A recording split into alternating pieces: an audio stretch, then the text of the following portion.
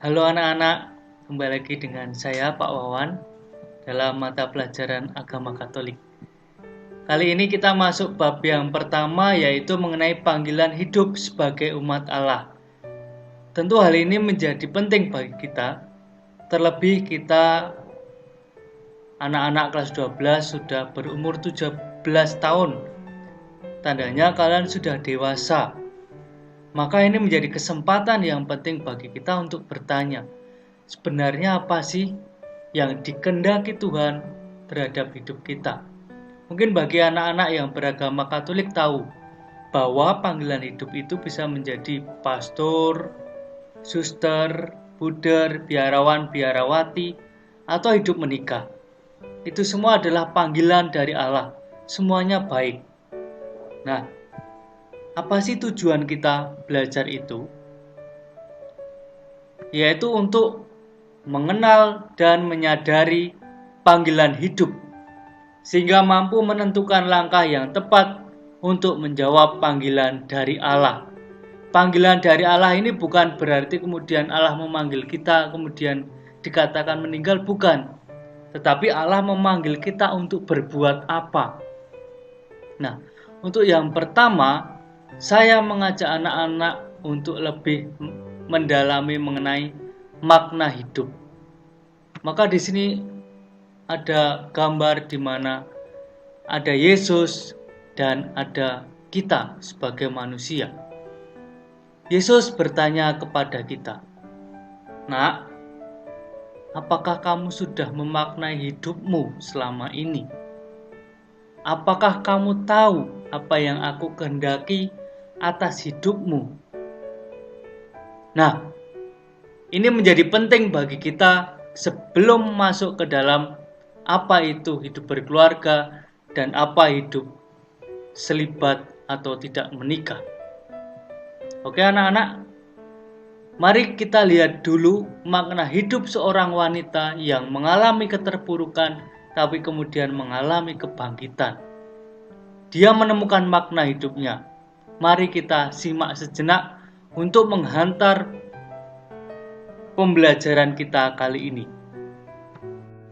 Bangkit dari keterpurukan, inilah kisahnya. Pada tahun 2000, bulan Juli, suami saya, ayah dari anak-anak, meninggalkan kami untuk selama-lamanya kembali ke hariban Tuhan Yang Maha Kuasa. Betapa kiamatnya hidup saya menyaksikan anak-anak kecil-kecil yang benar-benar membutuhkan kehadiran kedua orang tua mereka. Sampai kira-kira 1 tahun, saya dalam keadaan seperti orang yang tidak waras, tidak mempedulikan diri sendiri, serta benar-benar merasakan panjangnya malam. Pada suatu hari, kira-kira jam 9 pagi, saya bersiap-siap akan menjemput anak-anak saya yang bersekolah di taman kanak-kanak.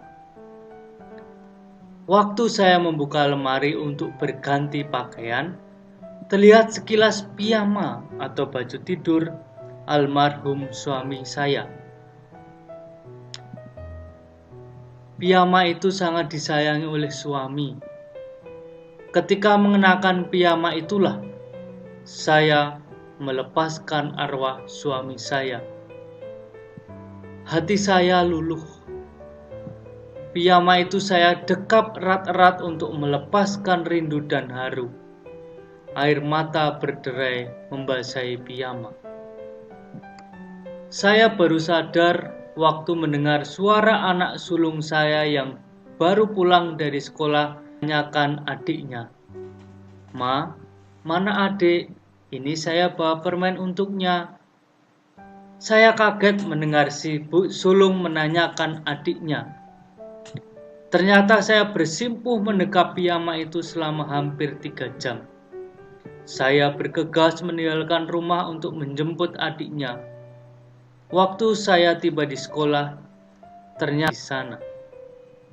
2 hari saya dilanda beban perasaan serta bingung entah kemana harus saya cari. tiba-tiba ada orang yang menghantarkan anak saya ke rumah. Rupanya waktu itu anak saya pulang sendiri dan tersesat. Beruntung ada orang baik hati membawa dia pulang. Sejak peristiwa itu saya berjanji pada diri sendiri akan mencurahkan kasih sayang dan perhatian saya kepada ketiga anak saya. Untuk itu keadaan di rumah saya ubah. Bahkan tidur pun saya pindah ke kamar belakang bersama anak-anak. Melalui perantaraan Bunda Maria, aku berdoa setiap hari memohon kekuatan serta berkat dari Yesus Putranya agar dapat berjuang melanjutkan hidup ini sebagai orang tua tunggal guna membesarkan dan mendidik anak-anak untuk menyongsong masa depannya. Inilah anak-anak kisah dari seorang ibu yang menjadi inspirasi bagi kita, bahwa dalam keterpurukan kita mampu memaknai sebuah kehidupan.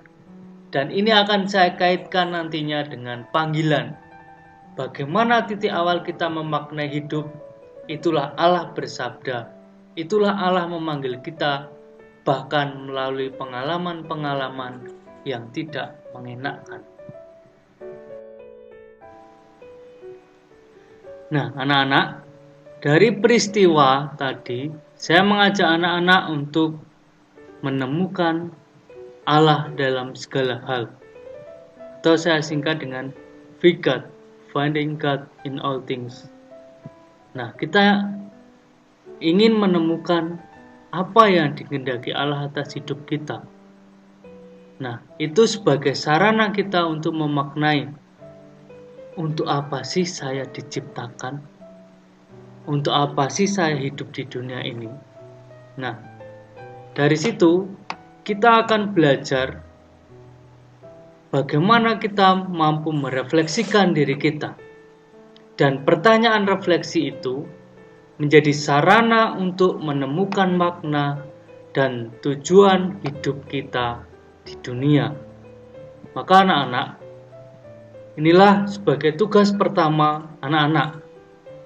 Coba renungkan, refleksikan apa yang menjadi makna dan tujuan hidup dari anak-anak. Apakah dengan kalian nantinya menjadi penyiar misalnya, atau kalian menjadi seorang desain grafis, atau menjadi seorang guru atau pebisnis? Nah, kira-kira apakah tujuan hidup kalian? Apakah kalian bisa menggarami dunia dengan menjadi guru, menjadi pebisnis, menjadi penyiar radio, atau apapun panggilan kalian? Apakah kalian bisa menemukan hidup kalian? Ini sebagai pertemuan pertama dalam PJJ kali ini. Tuhan memberkati. Amin.